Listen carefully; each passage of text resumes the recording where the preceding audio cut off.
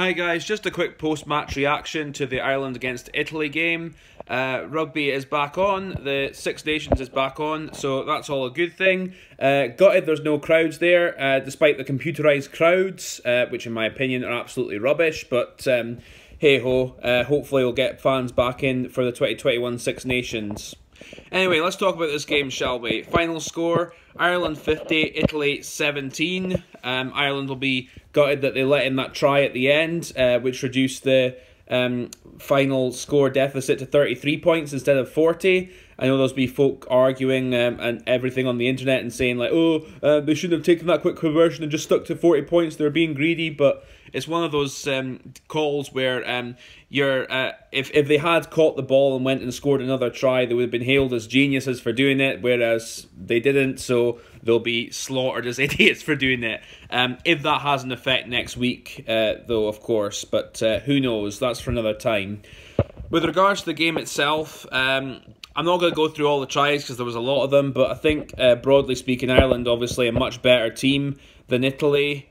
From their own point of view, by their own standards, Ireland I thought did okay. Sort of they weren't great, I have to say. Like, I think, that's probably a 6 or a 7 out of 10 performance, and I think most Ireland fans will agree with me there. But I was also lucky that it was Italy they were playing, because Italy do look like a very poor team. I mean, they had glimpses, Italy. I think that Garbisi, their 10, looks like he's got a lot of potential and a lot of ability. He's still got a lot to learn. Still got lots to in his game he needs to work on, especially his kicking out of hand. But he's a good prospect. I thought Jake Pelledri played well for Italy as well, but apart from that, there was no real standout names for them. Ireland, the key performers, obviously Stockdale did very well at fullback, I thought. Bundiaki looked back to near his best again at 12. Of course, it'll be a different challenge against France next week. I thought the debuts, tons of Hugo Keenan, and Will Connors, they both have very good games and certainly put their rings in the hat to play again next week against France. They did their causes no harm whatsoever.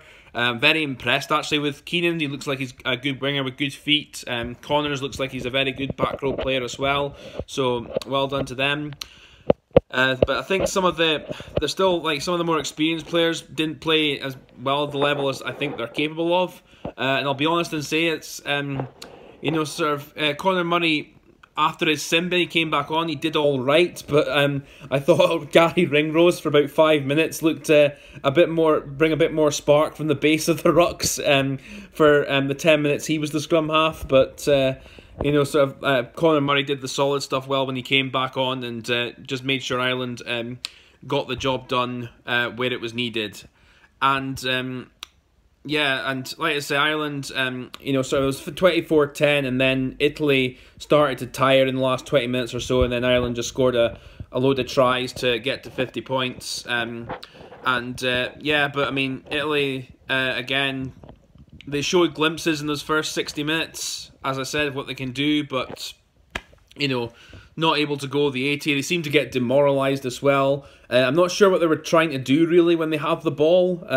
They seem to be having moments where they were trying to get Carlo Canna, who's more a 10, who played in 12. They were trying to get him to do the hit-up stuff with the carrying, even though that's not his strength at all, and he kept getting barreled backwards, and they kept getting themselves into bad positions, going into contact too high, and Ireland turned them over easily. And it didn't help. It didn't look like, I don't know, they had an awful lot of structure to a lot of their attacks at times. Whereas Ireland, were, like I said, very solid up front. I think there's still, their back play still needs a bit to be desired, and against better defences, they'll need to be more inventive, I think. But I will say, I think, as we're Stockdale coming at fullback, if they can get him running the right angles from fullback, he'll be dangerous against any team. Defensively, though, of course, there's still question marks over Stockdale. He wasn't tested so much today, but against the French, if he does play fullback there, I think that'll be a lot stiffer test for him. But yeah, can Ireland go and win the Six Nations now? Very possible.